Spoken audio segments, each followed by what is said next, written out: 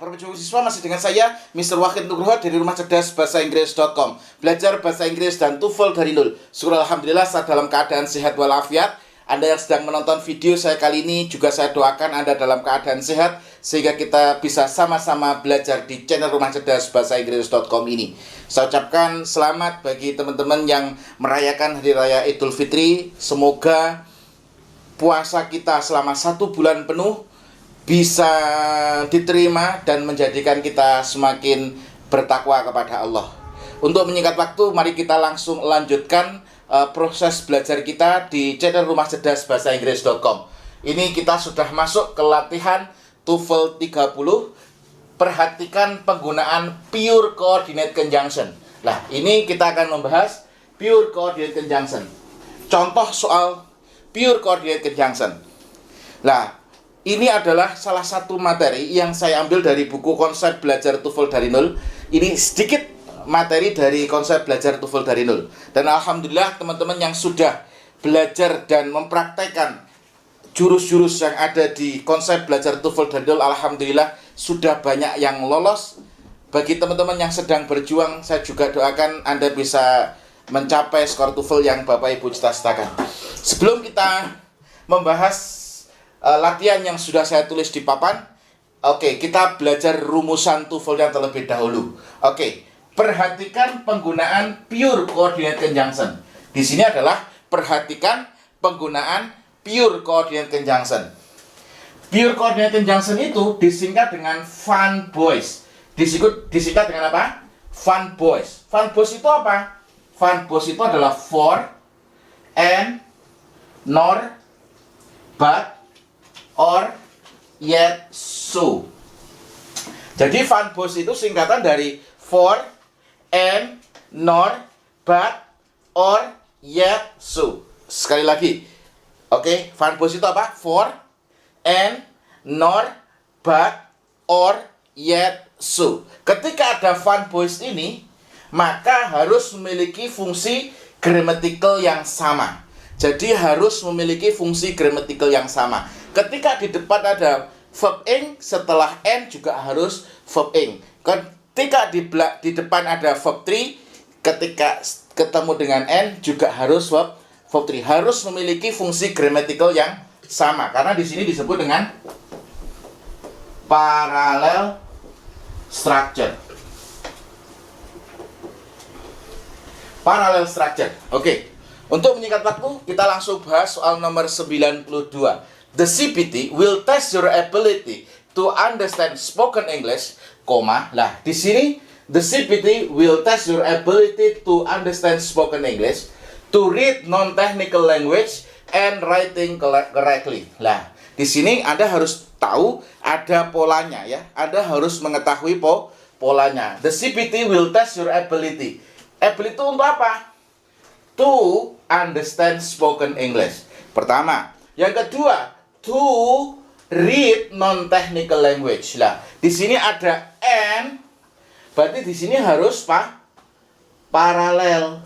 Kalau di sini to understand, to read, ini harusnya to write. Nah, harusnya adalah to write. Jadi ketika ada and itu harus paralel. Kemudian soal yang nomor 93. Fertilizers are used primarily to enrich soil and increasing yield. Nah, jadi pupuk, Anda nggak tahu artinya nggak apa-apa. Digunakan utamanya untuk memperkaya. Nah, di sini fertilizer are used primary untuk apa? To enrich soil. Jadi to verb 1, and di sini juga harus to verb 1. Karena di sini to verb 1, setelah n harus to verb 1. Kenapa? Karena di sini tidak digarisbawahi. Kalau tidak digarisbawahi berarti itu benar. Harusnya di sini yang salah, yang harusnya apa? To increase. To increase yield. Kemudian yang soal nomor 94. Most duck and geese have webbed toes for swimming and to stand on soft mud. And while perching birds have feet designed grasping branches. Nah, di sini most duck and geese have webbed toes. Untuk apa? Di sini adalah for swimming. Setelah for diikuti verb ing. Nah, di sini tidak digarisbawahi, maka dijadikan acuan. Nah, setelah n ini harus juga for standing. Oke, jadi juga harus paralel. Kenapa? Nah, and for swimming and for standing on soft mud, while perching birds have feet designed grasping branches. Nah, di situ harus ada paralel ya. Soal yang terakhir. Oke, the Internal Revenue Service used computer. Jadi menggunakan komputer untuk apa? Nah, ini to check text written computation to determine. Nah, di sini ada to verb 1. Di sini ada to verb 1. Nah, ini ada and, berarti di sini harus paralel. Nah, harusnya to verify. Oke. To verify the accuracy of the reported income. Berarti yang salah yang mana? Yang salah adalah yang C. Nah, yang perlu teman-teman catat bahwasanya dalam TOEFL itu ada polanya. Dan Anda harus memecahkan polanya. Maka dari itu, untuk pola-pola yang ada dalam TOEFL, saya sudah tulis di buku konsep belajar TOEFL dari nol.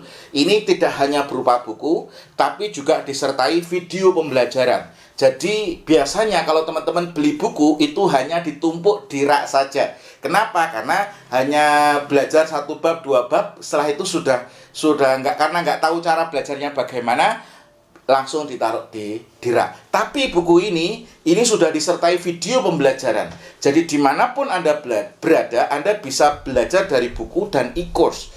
Jadi e-course itu adalah video pembelajaran yang menyertai buku ini. Jadi nanti Anda tonton materinya terlebih dahulu. Setelah Anda tonton materinya, Anda kerjakan latihannya, kemudian Anda tonton pembahasannya, sehingga itu bisa sempurna. Anda bisa belajar di buku konsep belajar TOEFL dari nol, belajar listening TOEFL dari nol, dan konsep belajar bahasa Inggris dari nol. Alhamdulillah, ini sudah didistribusikan ke seluruh Indonesia dan membantu banyak orang untuk belajar bahasa Inggris dan TOEFL dari nol. Sekian video ini, semoga bermanfaat. Terus belajar, tingkatkan kemampuan, dan saya doakan Anda semakin sukses di studi maupun di karir.